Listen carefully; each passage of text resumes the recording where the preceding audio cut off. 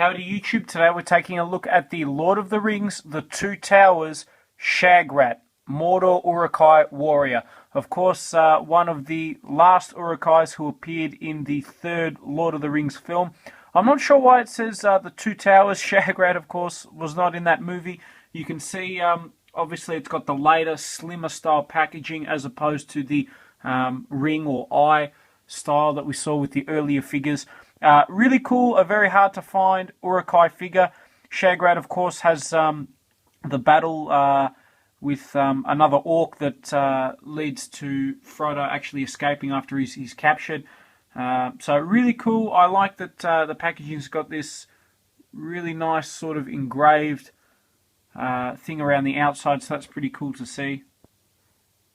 Taking a look at the back of the packaging, there's nothing too exciting, just a read-up of Shagrat.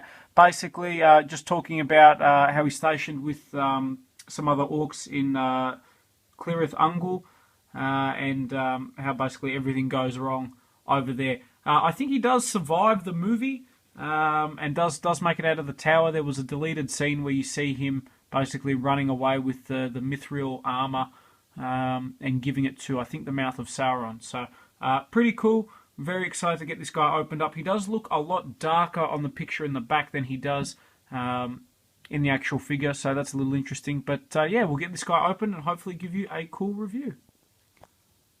Okay, and here we have Shagrat out of the packaging, and he is a very well detailed figure. Considering how old these Toy Biz Lord of the Rings figures are, the amount of detail and everything still stacks up even by today's standards. I'll just bring it forward so you guys can take a look at his face. A really sinister face. I was a huge fan of the Uruk-hais. I love their design and their role in the movie. You can see there obviously he's got that really nice paint app all over, especially the hair. The hair's got some great detail on it, as does all the armor. You can see everything coming through.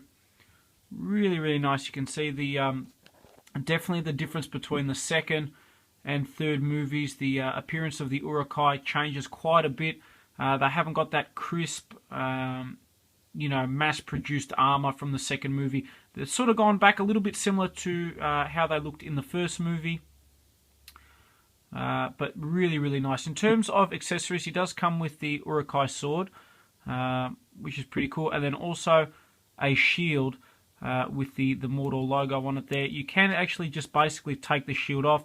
It clips in to his hand. Some nice detail on that. You can see all the battle marks and everything like that, which is really cool. Lots of great detail and paint on that shield. In terms of the rest of the figure, I'll bring it around so you guys can see. Lots of great detail on the back as well. Even just the skin tone and everything, really, really nice. Came out really well. In terms of articulation, he does have a ball-jointed head, which is fantastic. He does have ball-jointed arms, swivel in the bicep, double bend at the elbow, which is really cool. Nothing in the wrist in terms of a swivel, but there is like a joint there so you can move it forward and back. Yes, very stiff swivel in the waist, which is good. Ball joint in the legs, double bend at the knee. There's a swivel in the calf, and then lots of foot articulation too. So he's extremely articulated, especially for a figure that came out about 10 years ago. So I'm extremely impressed. So just for comparison, I've got him here with the other Uruk-hai figures. Since Shagrat is one of the Uruk-hai leaders, I've got him with Lurtz here.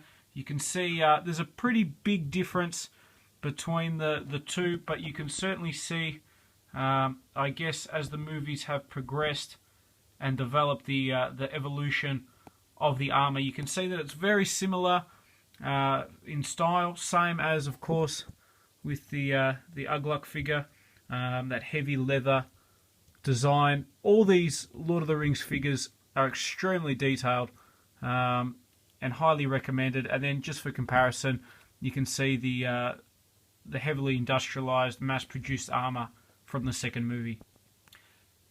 So if you get a chance and you find this guy, absolutely pick him up. I was able to get him for a really great price at my local figure shop. You might be able to find him on eBay. Hopefully he's not too pricey. Great detail, great articulation, great figure. And hopefully you guys have enjoyed this review.